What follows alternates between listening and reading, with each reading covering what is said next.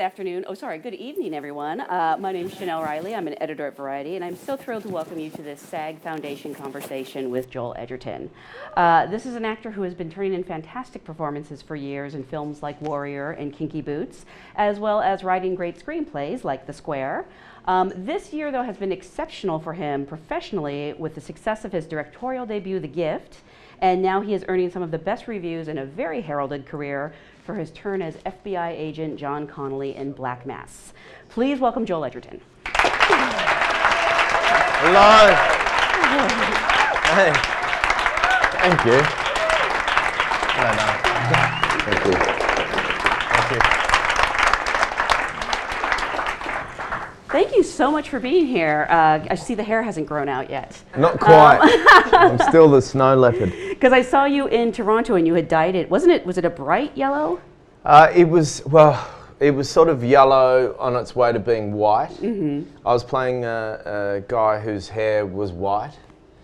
And now it's dirty blonde. I feel like, should I put my hat back on? No. I didn't mean to make you self-conscious. Yeah, so I was playing Richard Loving, who's one half of the Loving couple in a movie that I made with Jeff Nichols. And Jeff is particularly, I realised this time around, because the last movie we made was a science fiction movie. But he's very particular about detail and authenticity. And Richard had white hair. He was the classic kind of redneck, but not the redneck in terms of opinion and the way we get to know the term redneck in terms of attitude or political opinion or anything. Literally redneck because he was a bricklayer and he spent all day in the sun. And he had the worst teeth. Oh, wow. So Jeff had me a set of teeth built that are, I think, 2 or 3 times in the movie when I laugh with an open mouth, the audience are maybe going to go and get some more popcorn. But so I've had white hair for like 3 months. I feel like it was bright yellow at first because when I asked you what you were playing next, you said a tennis ball. Yeah, that was the joke. In fact, my brother Nash has a photo of me alongside a tennis ball as a comparison photograph. Who wore it better? Yeah, who wore it better? The tennis ball. Well, thank you so much for being here. This is an audience of SAG actors. So I always like to start by asking people. Yes. Yeah. You're right on. Do you remember how you got your SAG card? Yeah, this is pretty funny. I did a movie. So my beginning in LA was, I'm part of a union. The SAG equivalent in Australia is called the MEAA, the Media Entertainment Arts Alliance. And I've been a member of those guys for years. And then I came to America because George Lucas gave me the job playing Uncle Owen for 5 minutes in Star Wars. And I was very sneaky. I was like, well, I have 5 minutes in the movie, but he's going to take 18 months to put it together. And in that 18 months, nobody knows that I'm only in the movie for 5 minutes. So I thought I could beat him to the finishing line. Yeah. And, maybe even put a movie in the can before he even released the movie. And at the time, Heath Ledger was a new friend of mine. And he, as a young man, was very mature, well beyond his years. Had already kind of moved to America and set up this big house because he was one of those Australians that, there's no mystery to it, just hit the ground running. Yeah. Like Heath was a movie star. Heath was a very charismatic and special guy, and he hit the ground running. And of course, as beautiful as he was, he opened his doors to every Australian that he knew that was coming. So I was like, well, I'll be one of those people. And I came to America and started doing those meetings. Now, anyway, to cut a long story short, I got a job in King Arthur, which didn't make me a SAG member because it was done through the UK. Mm-hmm. But then I worked with Mia Goldman, who made a movie called Open Window.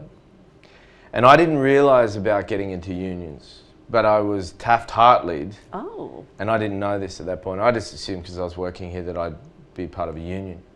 And then the next time I worked here, I was like, well, and I remember I had something wrong with me, something physically wrong with me, and I had to go and like get insurance.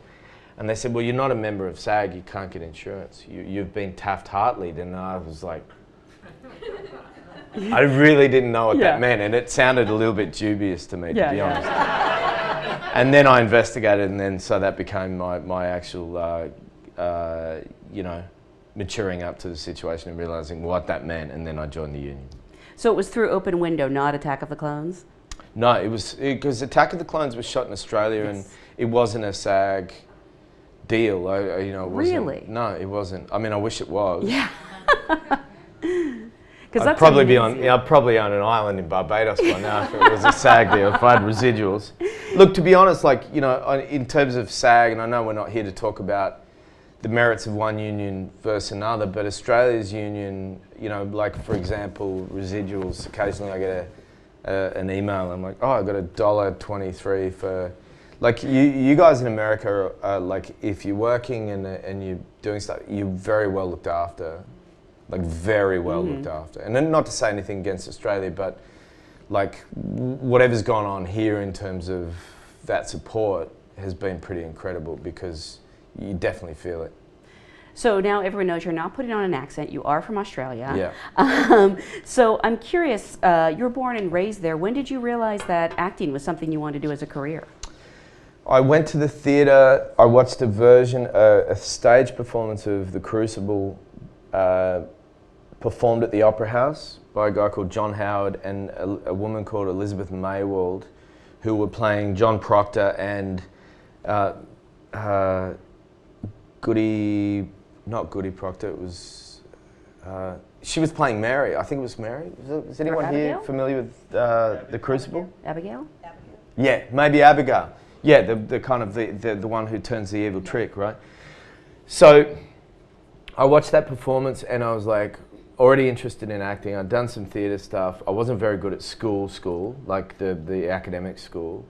And I was like, I think that's what I would like to do. And I went back and saw another performance, and someone had a heart attack in the front row of the show. And the actor playing John Proctor kind of stopped the show. And he said, turn on the lights. And but anyway, during those two performances, and the reason I went back, and I guess I was 16, 17, I was like, maybe that's what I want to do. I thought I either wanted to be a painter or an actor, but I needed to explore the actor part of it first. And that's where I realised I should do that. And I mean, seeing a guy have a heart attack in the front row, like you realize the thrill of live theatre. And seeing somebody, have to deal with a situation like that. Yeah, and by the way, 4 years later, I mean, this is going to be a bit of a humble brag, but these are the moments you kind of remember, right? 4 years later, I was on that stage, and I was doing Henry IV, and a year and a half after that, I was in another theatre somewhere else, and I was the guy on stage dealing with someone having a heart attack. You're kidding. Yeah. And did you flash back to that I did exactly what John Yeah. Howard had done. Now, John Howard was an actor who had the same name as one of our recent prime ministers, right? But he is an extraordinary actor, and so I was in Melbourne doing The Pillow Man. And I remember like a guy, ironically he wasn't having a heart attack, he was having an episode of sleep apnea. Oh, he wasn't just Which bored. everybody thought was a heart attack, because he was making a lot of noise and kind of convulsing a little bit in his chair. And I was like, and I remember thinking, I'm John Howard. I'm John Howard. Exactly. Stop the show. Yeah. Yeah. Was that the only time something like that has ever happened? No. Or? Oh, okay. My first ever stage performance, a foam statue caught on fire at a play called Thyestes. And this is a true story, and these are the stories I love. So my first, for 5 years I basically worked in the theatre after I left drama school. And the first ever professional play was Thyestes. I was on stage with a Polish actor, and the very last line he said was, I can't remember what the last line he said, but a statue beside us had started to catch on fire. And this guy came back with a set of, like he was wearing overalls. Do you call them overalls? Or Yeah. like a, you know, like a workman's onesie. And he came over and was like, with a fire extinguisher. And we were in like Greek tragedy land, and he went, and he was Australian. He's like, "Sorry, everyone." And then he went backstage, and the very next line the Polish actor had to say was, because he was convincing me to go back to his homeland after he'd been exiled. And he's like, "There's nothing to be frightened of, but I'm still frightened." And this woman in the audience went, "So am I," and she grabbed her purse and she left, you know. Because the other statue was starting to smoke up. Yeah. That was my first experience in kind of stopping a play in order to kind of deal with, and it's happened a number of times. What were they catching on fire from? The gel on the small cantata lights. By the way, like, you know, the drama school I went to was called Theatre Nepean, which is now defunct. Like, it closed down because it didn't have enough finance. And it was the poor cousin to NIDA, which was our version of RADA, I guess, you know, the National Institute of Dramatic Art. Mel Gibson, Nicole Kidman, Toni Collette, you name it, like, you know, great alumni. I went to a place that was a little bit kind of smaller, but what I love about it was that you had to sew costumes, you had to do lighting rigs, and so, like, I mean, I wouldn't be able to do it now, and I wouldn't tell you what's up there, but like, I did it at the time. So I remember thinking when the statue caught on fire, I was like, "Oh, that's a cantata," and like, we're in trouble. Yeah. I mean, when you went to drama school, did they teach a specific method, or were you sort of allowed to find your own way? It was a kind of like a grab bag, you know. I think acting teaching is really interesting. Like, really good friends of mine, Rose Byrne, a very good friend of mine, you won't know, Damien Walsh-Howling. They went the same year to the Atlantic Theatre School to do practical aesthetics. Now, what I know about practical aesthetics makes a lot of sense to me. But what I was taught at drama school was like, we're going to do Chekhov, and now we're going to like dabble in Shakespeare. And you had teachers. Trouble was, I was very young, I was 17. And I'd left high school quite young, and I got into drama school at a very young age, at a point where I just thought teachers had to be listened to. And I think the trouble is that some people are worth listening to and some people are not. And teachers are difficult people to trust because why are they teaching? Right. You know? Now, that's no offence to the majority of teachers who, you know, like, teaching is the most undervalued, one of the most undervalued professions, one of the most underpaid professions. And I think in general, in education across the board, if teachers were paid better, then there'd be a greater competitive industry coming out of high school in order to get those jobs. And whether it's acting or not, that's a separate issue. But when it comes to acting or performance, why do we teach? Do we teach because we can't do? Or do we teach because we love it so much we want to share it? Or do we teach because we're doing it and as a sideline thing, we also want to share the thing? And I felt like I just thought everybody had the golden egg, and I remember like one drama, you know, and no offense to her because it was her job. She was a voice teacher. She told me, like, you'll never work, like, you'll never get a job because you have a lisp. I have a lisp.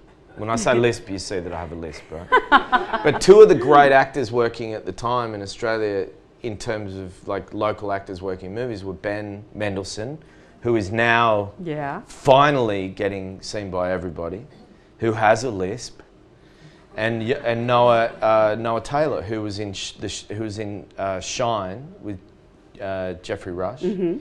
Jeffrey Rush took all the shine from that movie, but the young version of him was Noah Taylor, and Noah Taylor had a lisp. And I remember going and sitting in a voice therapist's room, staring at two people in wheelchairs who were there to get rehabilitated for their voice because they had forgotten how to talk because they'd been hit in the head. And I remember thinking, like, what the fuck am I doing here? I talk the way I talk, and I'll adapt my accent the way I want to adapt it, but no one's going to tell me that work because of the way I sound. Like, we're all unique, we all have our own voice. And my problem is when people go to drama school and they come out sounding like they need to sound, and then they're not themselves. So that was my issue with that. And you mentioned that you spent about 5 years doing theater right out of school. I mean, was it pretty regular work, or did you ever have to take survival jobs? I had one job at a hotel. I was very much in love at drama school, which is part of the reason I love drama school. And I was in love with this girl, and she's still one of my very closest friends. And at the time, I got a job at one of the most dangerous parts of Sydney in a hotel called the Hyatt Kingsgate, which is right in King's Cross. You're my reference to Sydney now, right? King's Cross. To put it in perspective, my boss ended up in jail for selling guns to local underworld figures, but he seemed to go okay to me at the time. Vladimir. And no offense to any Russian people, by the way, but he was from Russia and he was selling Lugers. And my job was to kind of deal with, the influx of mainly Japanese tourists. And the worst thing about the hotel was that it didn't have just one elevator shaft. You'd go up 4 floors, go across, and then up. And if you've ever carried bags, that's fucked. Yeah. That's fucking terrible. Amanda, my girlfriend, got a job down the road at a very notorious nightclub where the girls were expected to wear short skirts. And because she'd been to drama school, I dared her one night when she did the interview for the job that she should do the interview in a German accent because she spoke German. She got the job, and then for the next 3 months we were kind of living together, and she had to, every time her boss called her, go, yeah, I'll get her, hello, and put her German accent on. So we did that for a while, and I got my first job in a TV episode playing Ben Mendelsohn's brother. This is my love affair with Ben Mendelsohn. We've worked together 5 times. Guys, I think he's greatest actor. Like, to me, it's Gary Oldman, Philip Seymour Hoffman, Ben Mendelsohn. And then there's the women that I think about as well. But Ben was my older brother. I died after 5 minutes of the TV episode, but it was enough to make me go, quitting my job, because I'm an actor. Yeah. Now I'm an actor. And by 11 o'clock I was home going, what do I do now? What do I do now? What was the name of the show? It was called Police Rescue. But you were not rescued. You died in that one. I died in a video store. Some of you still know what a video store is, right? We actually have a question from the audience. This is from W. Wants to know, can you please talk about your experience working on The Secret Life of Us? And would you ever do American series television? I don't really want to do TV right now. I mean, I think some of the best, it's a very difficult thing because I think some of the best writing is in television. I'm a bit of a film snob, and that's maybe because, I grew up watching movies and not so much TV. Secret Life of Us was one of the fondest experiences I've had, and it was like tearing myself out of home and running away, because I knew that here was my experience. I did one and a quarter seasons of it. I was contracted to 1. I knew that if I kept going, it wouldn't get any better. They'd written me this episode at the end of the first series, which was so devastating that I had this very clear thought that I'm not going to learn anything more doing this. And as much as I love all the people, I got to go. And so I did that. But I'd started running this thing, and I hope that I would still live by this, is that I'd worked in the theatre for 4 or 5 years. I knew that I had to sign contracts a year in advance, and I was very fascinated by this TV and film business. I'd worked a little bit, but I had to say no to so much because of theatre contracts. So I cut off the lifeline, and then I waited. And then I got the job in Secret Life, and then I cut that lifeline because I knew what I really wanted to do was work in the movies. And then you know, when I started working in Australian movies, then I cut that lifeline in order to come over here and kind of wait that out. And it was always a risk, but it was a case of just going, I don't know where money's going to come from.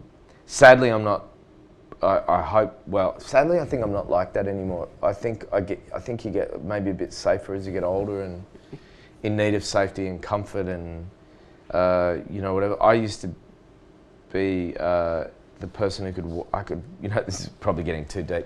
I could wake up on a couch and be fine. I would surf and I was very carefree, but it also meant I took a lot of risks, you know, and that really kind of paid off because it meant that I took the next leap and then I took the next leap and I took them faster than I otherwise would have. And when did you take the leap and come to America?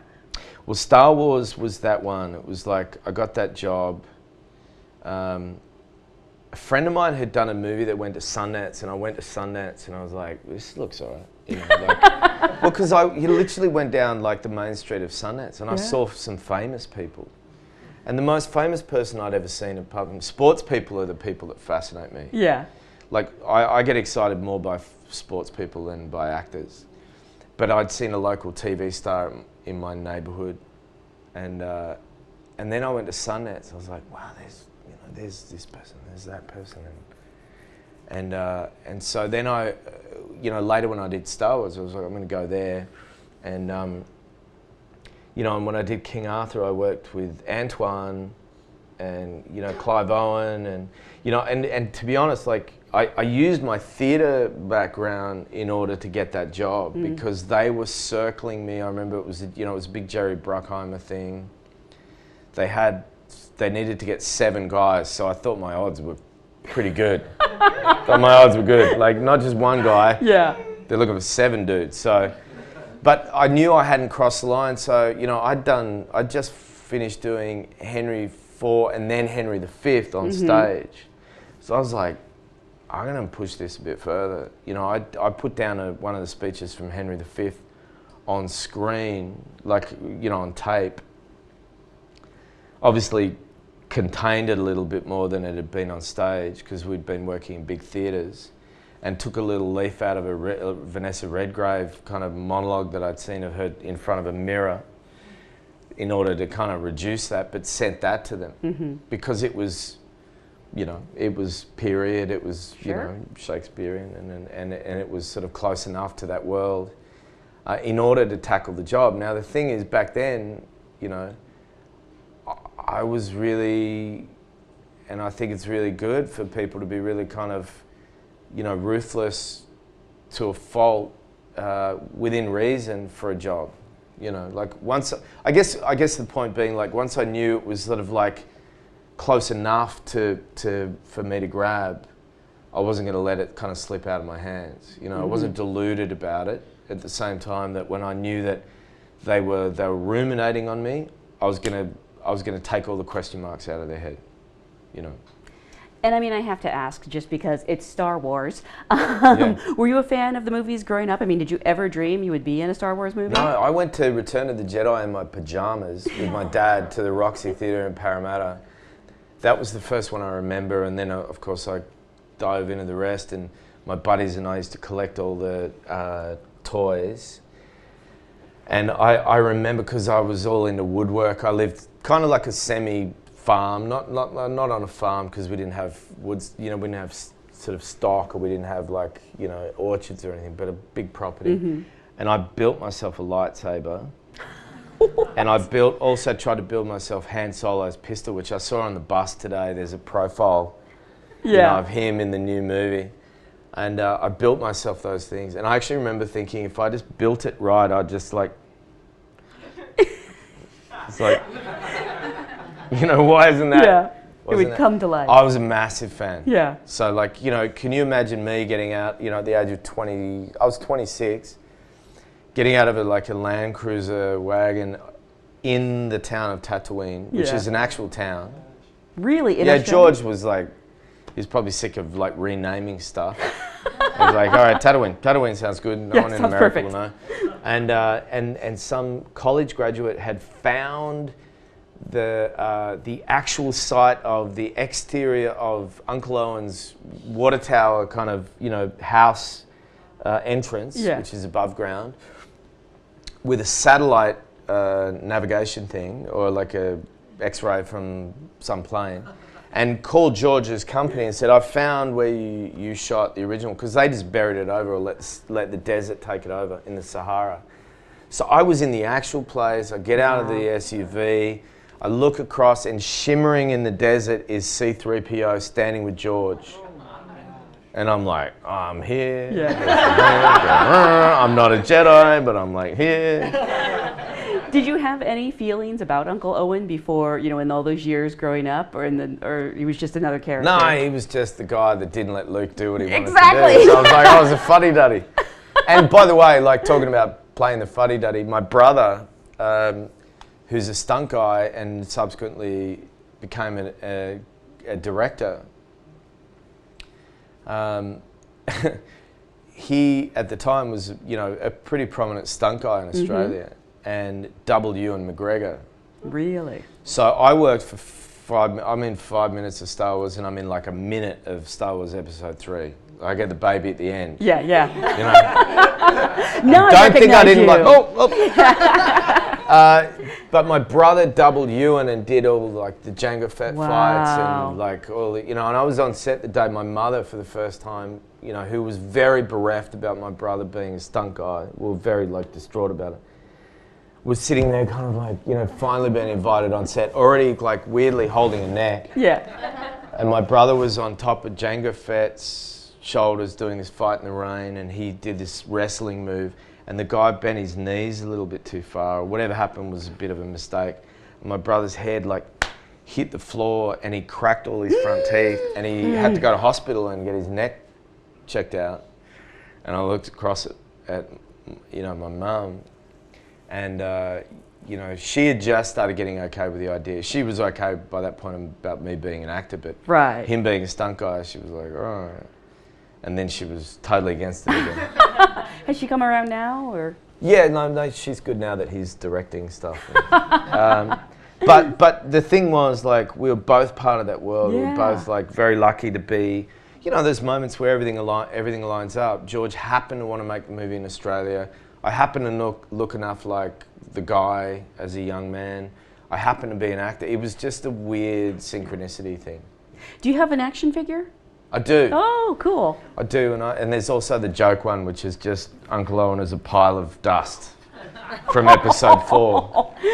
But on that note, I think it's sort of interesting to acknowledge that no matter how hard you work, and no matter how much work you put into what you do, and how thorough you are about that stuff, there's always the who you know. There's always the where you are at what time. There's always the luck aspects of it, and there's always the people that have helped you along the way. And that's the weird thing about being an actor, I find, is like I acknowledge that I've had a very lucky path. Like I've worked hard, and I've done my homework, and I've stayed good, and I think I've done the right things, and I've made good choices lately. But along the way, there's so much that is out of your control. Yeah.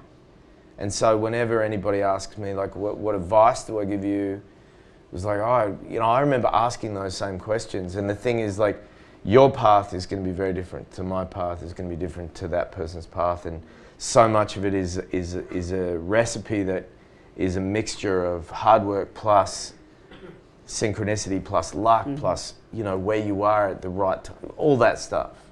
And that's the hard thing to comprehend. And I think it's, it's worth embracing. At the same time, it's frustrating. I feel like you were in a lot of movies that were, I don't know if ahead of their time is sort of the right word, but I look at something like Kinky Boots in 2005, which stars you and Chiwetel Ejiofor. Yeah. And then years later gets made into a huge Broadway smash, Tony Award-winning show. Yeah. I mean, from that, what was really like a small independent film. Do you remember much about that experience? Did they ever hit you up about doing the Broadway show? I think the world knows that I can't sing. I called Chiwetel. I said, they're making this thing into a musical, and he's like, yeah. And I said, And I was joking, obviously. I said, well, I never got the phone call. And he said, oh, I did. No! Yeah, absolutely. Absolutely. But Chiwetel can sing, and, you know, Chiwetel's Chiwetel. Chiwetel's extraordinary, by the way. And, you know, that was one of the moments, that was one of the first moments actually I got a call about doing a movie, and I remember saying, oh, who's going to play Lola? And they said Chiwetel Ejiofor, and I'd literally just watched Dirty Pretty Things. Oh, wow, yeah. And I remember going, oh, this is cool. Like, this is cool. Yeah. Like, you know, my theory about acting is kind of like playing tennis, you know? Like, if you go and bother to even have a game of tennis, you know, if you get the opportunity to play with someone that's of your standard and hopefully better, then that's going to make you better, you know?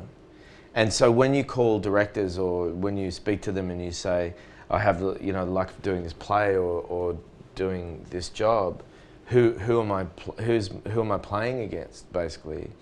And they tell you, and it's exciting, like Chiwetel. I remember having seen that movie going, all right, well, I'm in for a ride here because this guy he's really good. It's such a great movie, and it really was, and it went to Sundance. Did you go to Sundance with it? Yes, I did. All right, was that your first time? Yes, and I went to Sundance so many times, and I thought, am I ever going to be allowed to go to any other festival? Every movie I seem to ever do went to Sundance, which is fantastic. You know, my brother's movie, Animal Kingdom went there, Kinky Boots went there, Wish You Were Here went there. It's a great festival. I mean, in many ways, Kinky Boots felt like an odd movie for the festival, but it was, you know, beautifully embraced. It was also a learning experience for me because movies it's the movie business. I never saw the word business in it. And I very quickly learned that when you're in a movie, you think, wow, this movie will lead to other movies, this movie will lead to greater success, or, you know, whatever momentum you hope to get. So that basically, so that you don't have to beg for a job and you don't have to do all that stuff, that someone will just start handing them to you. And I always thought, oh, I'm in a movie now, that's what will happen. But the business part of it needs to come in. If Kinky Boots had made $100 million, then maybe that had happened. It was a nice ego experience for me because I was made to feel like, oh, this movie's going to be that thing. Yeah. And then I had to go back to the drawing board. and it actually, like, I really mean that was a good experience because I had expectations, they weren't met. It humbled me in some way that then made me go, okay, well, that's fine. What I have to do is just concentrate on working if I'm allowed to work, rather than expect that everything just means that the next part of your pavement is painted gold, you know. And I know in 2008 you released The Square, which you not only appear in, but you wrote the screenplay for. Were you always a writer, or was this something that came about of necessity? I never thought I was a writer until I dove back into my high school. I had this box of high school stuff, and I realised that I'd written most of my high school, like, it was like a review, it was like an end of year thing, and I'd written all this stuff when I was a kid, but it was for fun. That was the beauty of it. It was for, like, the joy of doing it. When I wrote The Square, it was because I thought my brother and I had continued, we'd started a company making a short film because we wanted to work. We weren't getting work. We were, like, I was working in the theatre, he was a stunt guy. So we wrote Loaded. Well, Kieran Darcy Smith, our other member of our company, wrote it, and we made it. And, you know, it had led to this love of filmmaking. And then we thought, well, we've got to make our own feature film. And I got to write that for my brother, and I agonised over it. And it felt like a job. It felt like somewhere along the line, I started to fall in love with doing it. And then, you know, we made The Square. It took 5 years. Really? From when I started writing it to when when we made it. But I fell in love with writing, and I thought I've written about, it's almost shameful to say, I mean, not shameful, it's a positive and a negative. I've written about probably about 15 or 16 screenplays. Most of them will forever sit in a drawer because they were like a necessary stepping stone to working out how to write and what was the right way of writing. But so yeah, we wrote that. It was, it wasn't a successful movie financially, but critically it was. And it started the ball rolling for me, and I've been writing ever since. Did you find you were getting offers as a writer after that, as well as an actor, or were you only writing for yourself? No, not really. I was just writing for myself, and the beauty of it was, like, as an actor, that was my day job, or that was my main job, and I could write stuff without being under contract to anybody. And once, funnily enough, I started signing a contract to write a screenplay, I stopped loving it so much. Really? Because I felt the responsibility, right? I've got to get it in by this time, and I felt like I was doing homework. Yeah. So now what I do is I write stuff, I keep it to myself, pretty much. And then if I finish writing it, and then I work out who's the best person to show it to, and then make it work from there, which is what I did with The Gift. And, I wrote that thing for 4 years before I showed it to anybody, yeah. I think we should jump ahead to The Gift, actually. I wanted to talk about, well, just really quickly. I tend to go on a little bit, sorry. No. Because I know right after that, you returned to the stage and did a hugely acclaimed production of A Streetcar Named Desire with Cate Blanchett. And, it's an understatement to say it was well received, but was there any hesitation about taking on a role that was, made so iconic? No, it wasn't until here's the beauty of my brain, which is not very big, is when I took it on board, I was like, I auditioned for Liv Ullmann, who was directing it. I embraced the idea of working with Cate because it was the tennis game that I was talking about before. I was like, I always go into that tennis game feeling really excited. So I'm not terrified. I'm not like, oh my God, it's Cate. Like, what am I going to do? She's going to ace me. Like, it's going to be terrible. Like, the excitement of it is there. It wasn't it because we did a season in Sydney, we did a season in DC at the Jefferson Center? Kennedy Center. And then we went to New York to BAM. It wasn't until I got to New York that suddenly I felt like the shadow of Marlon Brando was there. And every time, even someone praising me in a review would mention Brando, would mention this and talk about the original production. I wasn't hesitant about it at all, and I had the great time, except when I got to New York, and I definitely, to be honest, felt a lot of anxiety, and I stopped enjoying myself until one night, because Kate's Cate, and every night, and I shared a dressing room with her, because we're old friends, and she's like, just come down from your shitty little dressing room upstairs and come down to my palace down here where I'm by myself. And every night backstage, it was like, Meryl was there, and Martin Scorsese was there, and the entire cast of Sex and the City. It was like a fame game.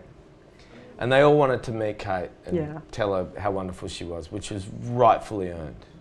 Like, she would put herself through the ringer every night, and she's amazing. Amazing. And by the way, it's not just her turning up to the theatre going, I'm Cate and I'm amazing. She'd do the longest warm-up out of anybody on the stage. She worked harder than anybody else, and that reminded me of another good lesson, which was the really great people work really, really, really hard. And anyway, Leonard Nimoy turns up. Oh, that impresses you guys? No love for Meryl? Yeah. But Leonard Nimoy. Leonard Nimoy turns up, and we're having a chat, and he goes, I did Streetcar. What? Yeah, and I don't know if you guys think this, but I was thinking, like, in my head, I'm like, were you Stanley or were you Mitch, right? And I didn't want to ask him because I got in trouble asking people questions before, which we have time, I'll tell you that in a minute. And he goes, I was playing Stanley, and he said, I did it the year the movie came out. Oh, God. And he's like, do you think anybody cared? We and do I now. could imagine that stress, the power of you know, that play, that performance, that also kind of like, I guess took a right turn in the sense of attitudes and perception towards performance, you know, itself. Like it was a real kind of watershed moment. So yeah, it was a great experience, and by the end of that experience, I was back in Australia, and I literally checked myself into a,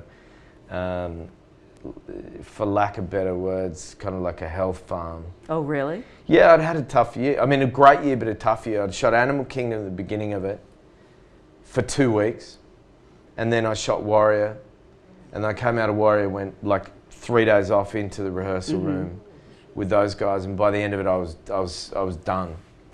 And that's like this year feels like that year to me. Really? And nothing in between has ever felt that way. I mean, so let's talk about this amazing year, and I guess let's start with a gift. We actually have quite a few gift questions, so I will let the audience ask it. Let's see, Crystal Elling wants to know, you were the writer, director, star, and also one of the producers on The Gift. How did you manage to do it all? Was it difficult to direct and play the lead at the same time? P.S. It was awesome. Oh, thank you. You know, the producing part of it was loaded up at the beginning. It was like writing the script, gathering the team, getting everybody together. Rebecca Yeldham is my producer who, while I was doing all the other things, was the champion of that movie. The interesting thing to talk about is being behind the camera and in front of the camera at the same time, which was terrifying. And we'd loaded up the schedule so that we shoot for 2 weeks, where I was just behind the camera dealing with Rebecca and Jason.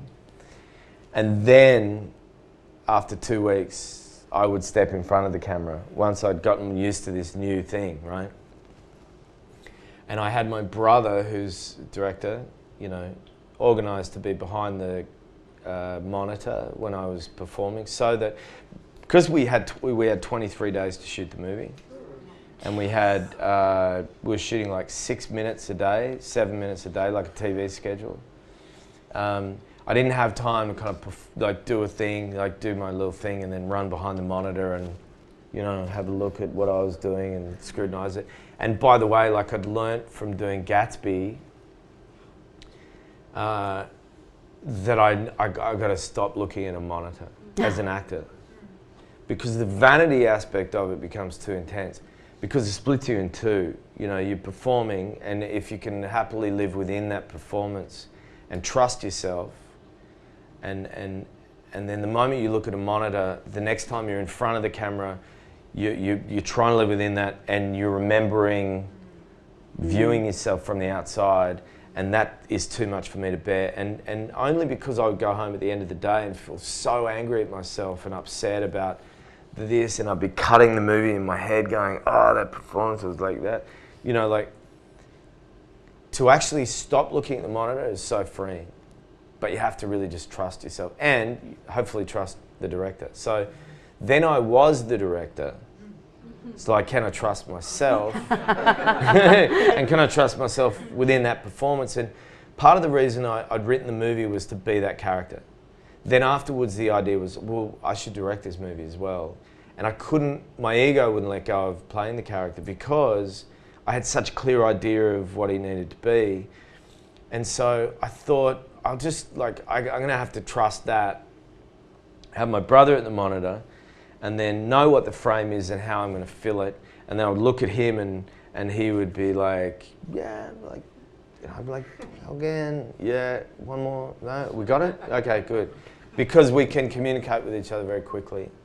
The hard part, the worst part, was sitting inside a scene with another actor who's very good in terms of, like in the form of Jason Bateman or Rebecca Hall. Sitting inside the scene and then afterwards either trying to direct them because you're like, we're both in this scene, like, but you need to do that. Well, not even that part, but going, I know what I need to do, but right now I'm going to tell you what to do. And it's like, it's not very fun, didn't feel very genuine to me to be inside a scene and then be monitoring another person. Or not being able to monitor them because you two you're two within that stuff. So it was a challenge. I'm glad I wasn't playing the lead character in the movie because I at least got to do 3/4 of it as a director only, and then the other part. And I would do it again. I'd just make sure that I had a longer schedule so that I wasn't, pressed for time. 23 days? That's ridiculous. Yeah. And I gotta imagine, I don't know what your budget was, but it was probably like the craft service budget on The Great Gatsby. Yes. So I assume you're working fast. The celery budget on Baz's movie. It was for 4.7. Wow. So it wasn't like, I know, like, hats off to people who have made incredible movies for like, $250,000. We had enough that we were paying everybody, but it was tight. That's still shocking to me, honestly. And then I think only like a month and a half after The Gift comes out, you're seen in Black Mass, playing John Connolly. Were you familiar with the story of Whitey Bulger?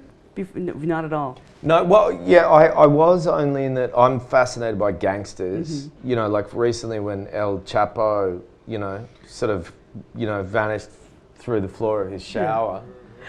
Yeah. So what happens with me is I read these stories, and because I'm not American and I wasn't familiar with El Chapo, I read that story and I was like, I go back and investigate. Yeah. And so when Whitey was captured in Santa Monica, I went back and investigated that. So then when Scott came to me about the project, I already was familiar with part of it, and then that opened a whole new world for me. I mean, had you played real people before, or was this your first time playing someone who's still living? I played a character. Yeah, I played a couple of like real characters, but they weren't people of recent modern history. And that's like I played characters who lived 150 years ago, or longer. But to play someone who you had actual film footage of was a whole new bag. Like a whole new bag, because then the question becomes like, is it an exercise in mimicry, which is great, or is it an exercise in serving the movie, and in what combination of those two things hand in hand, or do they conflict each other? And John Connolly, I had access to footage of, and people who knew him, and lots of information, so it was kind of cool. I knew I didn't really look exactly like him, but that didn't matter to me, because to me the essence of a person's more fascinating than whether you look a lot like a person. Some of the best mimicry I've seen of a character, and some of the best Saturday Night Live sketches I've seen, are when an actor embodies the essence of a person, as opposed to 100% quintessentially looks the way a person looked. Dan Aykroyd used to play Richard Nixon with a mustache. Right. And it was fine, because he was Nixon. Yeah, and there's a very great Australian satirist called John Clark who used to satirize like every politician. Yeah. He would never change his look. But it was his choice of what he said that made his portrayals closer to other people who might have looked better, Now, could you have met John Connolly if you wanted to? I know you didn't. But I never met him, no. I mean, the question of whether I could have would have just been I didn't even investigate whether I could have met John. John's in prison. I was very clear about it from the moment Scott said, I'm trying to get Johnny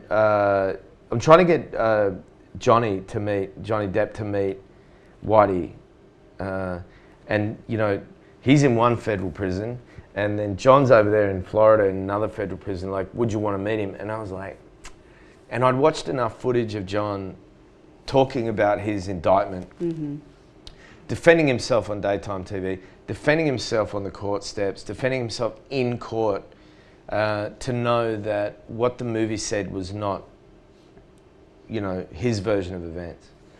And to me, that I don't think I'm the nicest guy in the world, but I'm also not willing to be outwardly deceptive in order to milk a story. I don't think I would have made a great journalist.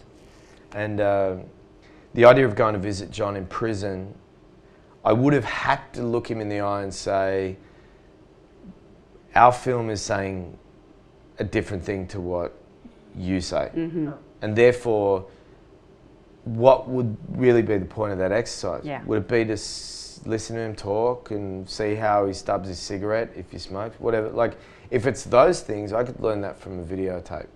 Especially I could learn that from a videotape closer to the decade with which I'm playing him. So I decided like it was pointless. For the same reason I'm writing something at the moment. I know the writer is a little bit, it's a long story, but I know that meeting the writer is going to muddy the events of what I'm trying to do. Is it an adaptation? Or? No, well, yes. I'm going to get too much in trouble now. I just wonder whether sometimes you just go, look at the facts, look at the evidence. The screenplay needs to be the foundation for the building that you're building. Now, if Scott's going to say, look, your investigation with John Connolly is going to affect the way we build the building, then I'll go there. But if he's saying, this is the building, go see him and say hi, I feel like I feel guilty. And I feel like that guilt will then affect how I play him, and so I couldn't do it. And I know that Whitey Bulger declined to meet with Johnny Depp, but don't you think that somewhere Whitey Bulger thinks probably it's one cool? of the only people in the world who declined that meeting. Like imagine some woman somewhere going, Johnny wants to meet you, like, I'm kind of busy right now. Yeah, not like Whitey's doing a whole lot either. Well, he wouldn't meet Johnny because the script was saying that he killed women and that he dealt drugs. He was like, show me killing all the people you want. Like, weirdly, I'm a killer, yeah, that's cool. But like, not women, and I don't want you to show that I'm dealing drugs. Because he has standards. Yeah. Everybody has standards. Everybody. But don't you think he has to think it's pretty cool that he's being played by Johnny Depp? I don't know. Okay, someone's making the movie of you. Who do you want? Who do you want? Are you available? Wow. Wow. That's, yeah. I'm in. I'm just like, and I've met you, so I don't have to worry about whether I meet you or not. You've done all the research. No, but I mean, yeah, I don't know. I mean, there's a, quite a famous TV show in Australia which is like this. They just visit all different crimes. And ironically, every time they decide to depict a different era of crime, every criminal just comes out of the woodwork and they think it's like their moment in the sun. You know what I mean? Like, wow, someone's... And I wonder if they think, who's playing me and how are they going to do it? Yeah. But, like, I guess it's different when you're rotting away in prison. Yeah. You know what I mean? It's like whether it's Johnny Depp or whether it's, whoever, someone less than Johnny Depp, whoever that is, or whether it's some unknown. I think you're going, well, it doesn't change where I am and what I'm doing, and then deeper than that, in their conscience, it doesn't change what they've done. So I don't think he'd be high-fiving himself or anyone he's able to communicate with. Yeah. That it's like, yeah, well, who played you in the movie? I got Johnny Depp. Who you got? James Vanderbeek. Well, fuck you. You know what I mean? In the kind of exercise yard for 1 hour a day. Like, all dissing each other about which actor played them. Yeah. John Connolly's going, Depp. Joel who? That's why I've sent him copies of all my DVDs. All of them. I mean, you had so much to draw on. What other research? I mean, you nailed the accent, first of all. Did you spend a lot of time in Boston before you shot? Yeah, hats off to Rory Cochrane, who's amazing in the movie playing Steve Fleming. In fact, that whole cast, like Scott, the thing about Scott Cooper is based on Crazy Heart and then Out of the Furnace, like, actors love Scott, and they should, because Scott's an actor, and actors who become directors can often be just very lovely to actors. Like, they can communicate with them. They actually like talking to them. And as a result, Scott elicits really interesting performances out of people we already know are good. Yeah. Like, Christian is amazing. He's one of my favourite actors, but I'd never seen as big a heart pumping in him as I had seen in Out of the Furnace. And that's just one example. So he'd assembled like Julianne Nicholson, who I'd never really known before, like now one of my favourite actresses. Rory Cochrane, Jesse Plemons, you name it. Then on the FBI side, David Harbour, Adam Scott, Corey Stoll. I'm now 1 degree from Kevin Bacon. I mean, yes.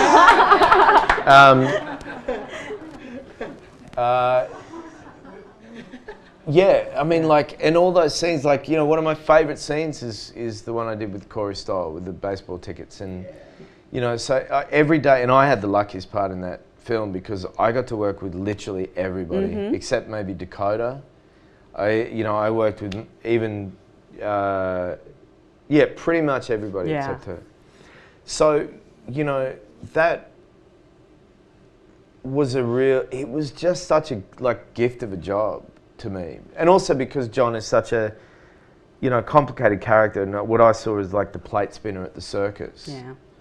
And the question really for me was, when do we know John's lying? When does he know he's lying? When are the lies not good and when are the lies good? Mm-hmm.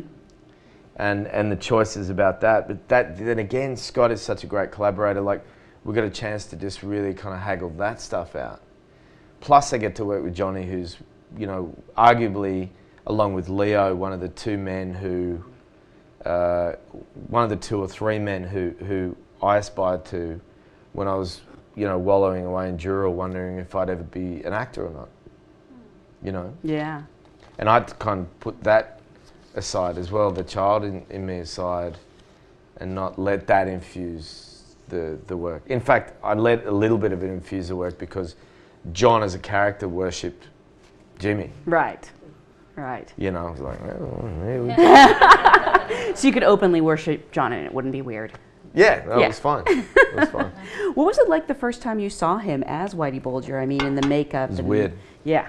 It was weird. I'd seen the pictures, actually. I'd walked into Joel Harlow's studio to do a makeup test with him.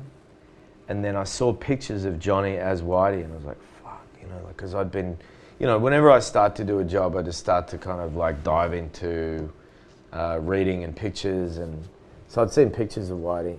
And then I saw Johnny as him in the makeup thing, and I was like, wow, that's really cool. But like, how does it work when he's moving and operating? Because he looked a lot like him. And then I remember meeting Johnny in the office, at the production office, and that was my chance to get the fan out of me, you know, like pretend that I wasn't fanning out on him, and we talked about a bunch of stuff, and you know, Johnny's like covered in tattoos of, you know, lightning bolts and, you know, quotes and weird stuff, and then and he's got his, you know, his sort of dirty brown hair and his hats and his all that stuff, which I literally tried to mimic when I was younger. Yeah, I got photos. We know each other well enough. I'll show you a photo one day. Used to blow dry my hair, and I've got cowlicks, and my hair's terrible. It doesn't just perfectly sit up like that. And then, so I did that, and then the first day on set, when the Suburban rolls up, and out steps Johnny in the blue jeans and the, you know, leather jacket as Whitey. And I did my first scene with him, and I was like, okay, this is weird. Like, and the experience was bookended by meeting Johnny, because I met Johnny, and then I literally had a couple of moments with him and through the shoot, like socialising, but not a lot, you know, a couple of dinners and stuff.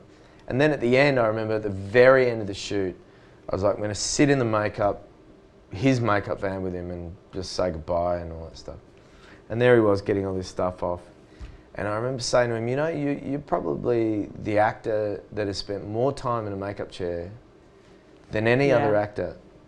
And he was like, really? And I said, well, I'm sure there's other people that have spent more hours at one sitting, but you're always a lead character in a movie. Mm-hmm. And your characters are always like, you know, the majority of them are fantastical, right? All you have to do is drive down to the Chinese Man Theatre and you see 3 or 4 of them all talking to each other at once. There's the Mad Hatter with Edward Scissorhands, you know, with definitely 2 or 3 Captain Jack Sparrows. Yeah. Who else can claim that? Nobody. In fact, to the point where even before I met him, I was like, I always sit around thinking about stupid ideas to make movies, and I was like, someone should make a short movie about two Captain Jack Sparrows or two Edward Scissorhands meeting each other in a cafe to work out, you know, their schedules with each other outside the Chinese Man Theatre.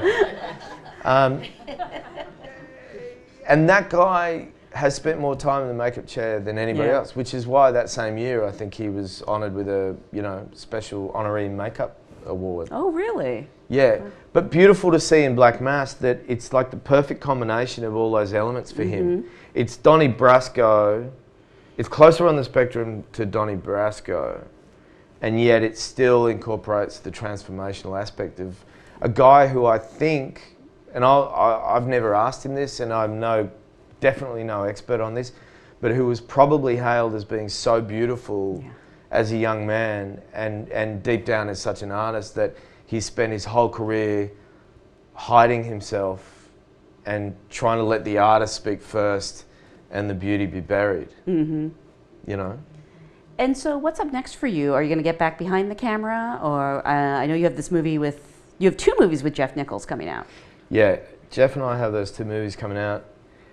It's weird, you know, as an actor, you kind of like finish a job and then you go, good luck putting all that together, and I hope it make me look good. But you disconnect in a way that's, you know, it definitely stays with you, and particularly with Jeff. Directors like Jeff, it stays in your heart. Gavin O'Connor, it stays in your heart, and you check in and you stay in contact with Scott, you stay in contact.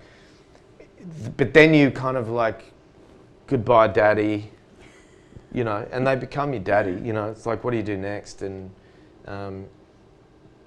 you know, you go through that transition of getting your own life back where no one's looking after you. I always find that weird. I really buy into that, not in an ego way, but like someone drives you around and there's people to feed you if you need it, and then they're like, all right, see you later, pal, and you're like, go hungry for a little while, and you know, dust off your car and you see if it still works, and you know, you're your own second AD for a while. I'm still going through that phase. Someone drove me here tonight, it's okay. I still haven't eaten since lunchtime. But oh, they all feel sorry for you. Yes. Poor Joel. I've spent the last few days with my brother, who's making a movie early next year, which I'll work on, and we've just been going through his script and working on that, which has been great. Getting my head back into that framework. I've been meeting people about directing other stuff, but I think I've really realised that what I need to do is write my own projects, which I have a few that I'm working on. And then, what I need to do is take a holiday, which I never do. I wasted a lot of time in my 20s. I worked in the theatre, but I literally would, you know, I talked about waking up on couches. I would wake up on couches and then work out where I was. And I was never like completely delinquent, but there were moments. And I think that the work ethic that my father had, my father was, you know, my father had been working class, and you know, I really kind of, I was speaking about this the other day, he was very working class. By the time I finished high school, he'd established quite a business as an attorney and a property developer, and he was a workaholic, and I used to judge him for that. My brother was a workaholic, and I used to judge him for that. It's somewhere between being like 23 and a loser, not a loser, like a you know, a wanderer. And now I became an obsessive workaholic. And I think it's because I love what I do. I'm finally getting the opportunities that I've worked hard to get, which I didn't get early on. And I love that. I love the idea that each day I get up and I only work on a movie if I know that I am excited about what the material and the team are and all that stuff. And to be honest, that was never the case, but I would work anyway because I knew that like you just got to work and you just got to do things. And when I had the luxury of saying no, I would nervously do it because I felt guilty. But now I feel very privileged, and I feel like what I have at my fingertips now is it's only up to me to mess it up. But you know, it's not like everything's easy, and it's not like I don't have reasons to complain about stuff. But God, I've got a lot of reasons to be very grateful. And I do know, in terms of what I said before, in terms of being an actor, is a combination of the work you put in plus all those synchronized elements. Like, it's not lost on me because of all those experiences that I am where I am because of a combination of all things. But I love it, and I need to learn every now and then just to take a little break in order, because you fall in and out of love with it. And when you're in love with it, it's fantastic and it's scary. But when you're out of love with it, it's very frustrating and annoying, and oscillating between those two things, I think it's important. Well, take all the time you need, but not too long, because I can't wait to see what you do next. Thank you so much for being here tonight. Thank you guys for being a great audience. Thank you.